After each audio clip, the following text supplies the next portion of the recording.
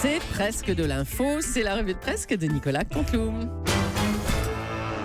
Et aujourd'hui, c'est Jean-Pierre Pernaut qui est avec nous pour les titres. Bonjour Jean-Pierre. Bonjour ma chère Julie, Natacha, Thomas, Laurent, le jeune Joubert, Lolo Cabrol, tout le monde est là. Oui. Je suis ravi de vous retrouver pour cette édition régionale de la revue de presse où nous allons partir tout de suite dans les petits villages de France où la vie va changer un peu car ils accueillent depuis le début de la semaine, vous le savez, les migrants qui étaient à Calais. Oui. Et je ne vous cache pas ma chère Julie que certains villageois sont inquiets. Et pourquoi donc Jean-Pierre ?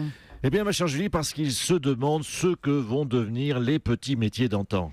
Est-ce que Raymond Caramagnol, le sympathique taxidermiste de personnes âgées, pardonnez-moi, Jean Bafouille, et qui habite Jouy-sur-les-Melons, va être remplacé par Abdelkader, un migrant qui ne sait même pas empailler un modeste Oh là là. canard. Écoutez, ça devrait bien se passer quand même. Allez, c'est parti pour les titres, Jean-Pierre. Adaptation, et oui, les titres, adaptation après le démantèlement de la jungle de Calais, des milliers de migrants s'apprêtent à rejoindre les régions. Par conséquent, mon journal de 13h sera désormais, comprenez-le, sous-titré en syrien, en érythréen, en irakien et en somalien. Bref, vous allez avoir de la lecture. Et puis envers et contre tout, envers en deux mots, envers et contre tout. Ce soir, c'est d'accord. le débat des Verts, le débat télévisé, vous l'avez compris, petit jeu de mots, de l'entre-deux tours des écolos entre Yannick Jadot et Michel Rivasi, les bien connus. Mais il y a mieux pour l'environnement que de regarder le débat des écolos à la télé. Pour l'environnement, c'est tout simplement d'éteindre sa télé. Ah, d'accord. Le hasard fait bien les choses. Aujourd'hui, c'est la journée mondiale de la dépression. Et ça tombe bien, c'est ce soir que François Fillon est l'invité de l'émission politique de France 2. Oh, vacherie. On embrasse François. Guerre froide en refusant de donner son feu vert au CETA, le fameux traité de libre-échange entre le Canada et l'Europe. Le chef du gouvernement de la Wallonie, Paul Magnette, a jeté un froid. Bon, en même temps, c'est vrai que c'est assez logique, ma chère Julie. Un Magnette, c'est souvent sur le frigo. Vous l'avez, Thomas? Oui. Même Laurent Cabrol, là, froid, frigo, Magnette, vous avez eu mon calembour. Vous voyez, nous, on fait de l'analyse économique de haute volée. Ah oui, vraiment, ma ça chère s'entend. Julie. Merci Jean-Pierre Pernaut, à bientôt. On va revenir sur la colère policière, les policiers qui ont été reçus par le chef de l'État. Et on va en parler avec Bernard Cazeneuve qu'on accueille. Bonjour, monsieur le Quelle ministre. m'agace. Quoi ? Elle ne tient pas, ça. Qu'est-ce- Non, pardonnez-moi, non, je n'arrive pas à faire tenir ma pochette ce matin. Ah, la pochette, ah bon, d'accord. Oh là là. Bonjour à tous, bonjour à toutes. Bonjour, monsieur Bonjour. Cazeneuve. Alors, la colère des policiers se cristallise, entre autres, sur l'ordonnance sur l'enfance délinquante qui date du 2 février 45. 2 février 45, tout à fait, effectivement, vous l'avez dit, vous l'avez compris, le temps passe. Malheureusement, pris dans le feu de l'action, nous n'avons pas eu le temps, chère Julie Leclerc, de modifier le texte. Cela dit, monsieur Soto, vous l'aurez noté, la stabilité des institutions repose, madame Polony, sur la pérennité des textes. En clair, En clair, on n'a rien foutu. Ni à gauche, ni à droite, depuis 72 ans, pour bouger ce texte. Cela dit, elle est encore très actuelle, cette loi. Madame Polony le confirmera, je vous en fais lecture si vous le souhaitez, pour ceux qui ont oublié. Alors, cette loi, attendez un instant, voilà. allez-y. Donc, tout garnement pris en train de faire l'école buissonnière, de chaparder ou de marauder des fruits ou légumineux dans un champ n'appartenant pas à ses géniteurs, verra confisquer son béret, son hula-hoop. Oh, va te faire ken, gros bâtard. Oh là là. Oui, merci, jeune homme. Attendez, ce jeune vient de vous insulter, il vient d'insulter le ministre de l'Intérieur, mais c'est grave, réagissez. Oui, mais enfin, soyez honnête. Vous avez constaté, comme moi, madame Leclerc, ce jeune n'avait plus ni de hula-hoop, ni de béret. Ce qui signifie que notre justice intransigeante est déjà passée par là et lui a confisqué son hula-hoop et son béret. Je me demande d'ailleurs si on n'était pas c'est un petit peu sévère.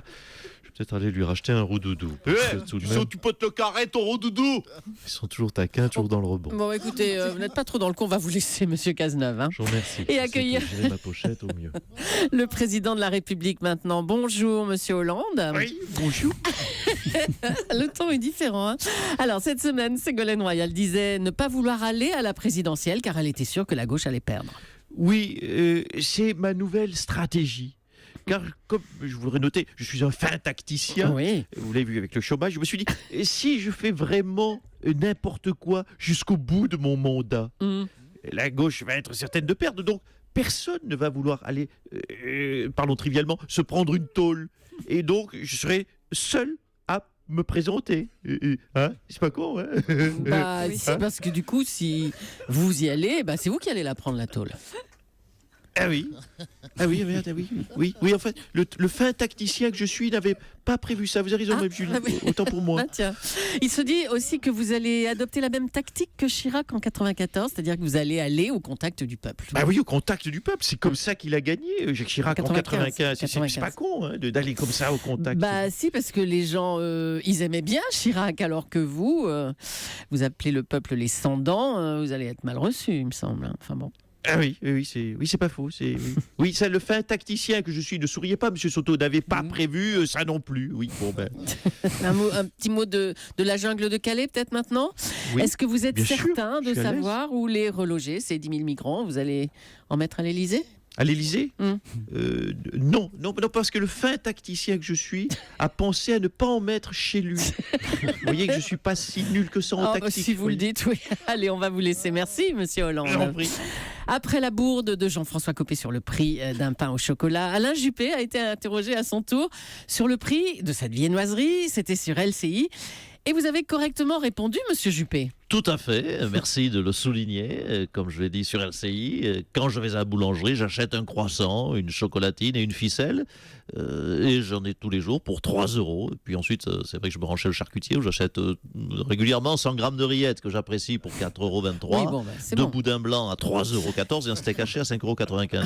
C'est pas non plus très compliqué. Oui, mais enfin, c'est pas la peine de nous donner toute votre liste de commissions, là. Hein. D'ailleurs, je signale qu'actuellement, chez Monoprix, le lot de 12 yaourts chocolatés Maminova est à 2,85 € plus 1 € de ticket Monoprix en bon d'achat, mesdames, messieurs. N'hésitez pas. Julie, aidez-moi un peu, Mme J. Vous pouvez Quoi lire ce papier, s'il vous plaît? Attendez. Donc, je Quoi disais 2,85 € plus 1 € de ticket Monoprix, mesdames, messieurs, en bon d'achat. Alors, je lis 2,85 € seulement. Un peu de conviction. Mais à ce prix-là, mon chéri, mais on va tous chez Mono. Bah, attendez, mais qu'est-ce que vous me faites lire, là? C'est Mais quoi jouez le jeu, alors. Quoi Mais c'est pour faire passer Copé pour un gros nul. C'est plutôt pas désagréable comme exercice. Non, mais Julie, jouez le jeu. Je vous promets que quand je serai au pouvoir, je ne serai pas ingrat. Je vous dédommagerai avec des tickets Monoprix. Oh, bah, dis donc. Bon, c'est quoi ce bon didon? Je vous sens réticente. Vous me décevez même, Julie. Moi qui pensais que vous m'appréciez, que vous m'aimiez, je pensais avoir un ticket Leclerc. Oh, magnifique. Oh, bah, rien que Tout pour ça ça, pour alors ça. ça va. Ah Ah, bah, ouais. c'est bien, Ah c'est ouais. bon. Merci, monsieur Je Juppé. vous en prie. Un peu Une d'humour ne autre- fait pas de mal. Allez, pour terminer, autre chose. Là. J'ai oublié de vous dire, je Quoi vous emmerde à tous. Merci. Côté moins engoncé. Merci. Allez, une intelligence artificielle a composé une chanson des Beatles, Daddy's Car, c'est le nom de la chanson. Évidemment, il n'y a pas les voix des chanteurs d'origine, mais le résultat est stylistiquement celui des Beatles. On va en parler avec Kenji Girac. Ça vous fait peur, vous, qu'un jour, un ordinateur compose une chanson à votre place, Kenji? Hola papa! Me llamo Kenji! Non, cette histoire me fait pas flipper. Moi, ma musique est trop stylisée. Personne pourra la copier. Mon style à moi, c'est les rimes en et. L'ordinateur peut pas y arriver. C'est trop balèze à composer. Même des fois, moi, je peux me planter. Comme parfois, je fais les rimes en plouf. Ah merde, je me suis trompé. Oh là, drrr. Oh, trop balèze le Kenji. Mon cerveau à moi même, il n'arrive pas à suivre mon style. Alors un ordinateur, tu penses. Trop balèze le Kenji. Me llamo Kenji. Bravo. Merci et bravo à Nicolas Canteloup. Julien Doré, peut-être quelque chose à ajouter, non? Ou pas, non? Oh, j'adore. Il est trop balèze. Ah, zut. Avec ses rimes Mais il y a Thomas Soto. Qui est pas mal non plus. Avec sa Julie. Et son balas. Sans oublier Polony. Et son cabrol. Julien. Allez, on arrête, Julien. stop. Je peux faire toute la Non, rédac. non, c'est bon, ça ira.